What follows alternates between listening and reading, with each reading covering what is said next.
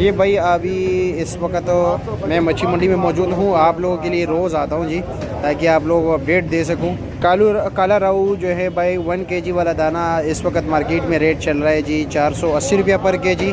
और इसमें जो है भाई 1 kg से ऊपर है 1.25 किलो हैं 540 रुपया।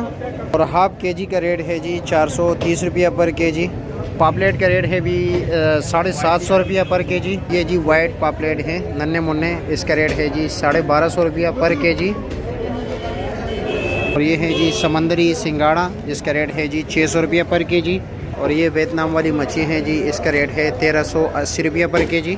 रेड स्नैपर है जी 1200 रुपया पर kg। बाम क्या रेट है? 700 रुपये किलो है जी। काला पापलेट क्या रेट है जी? 1100 रुपया पर kg। सारम क्या रेट है?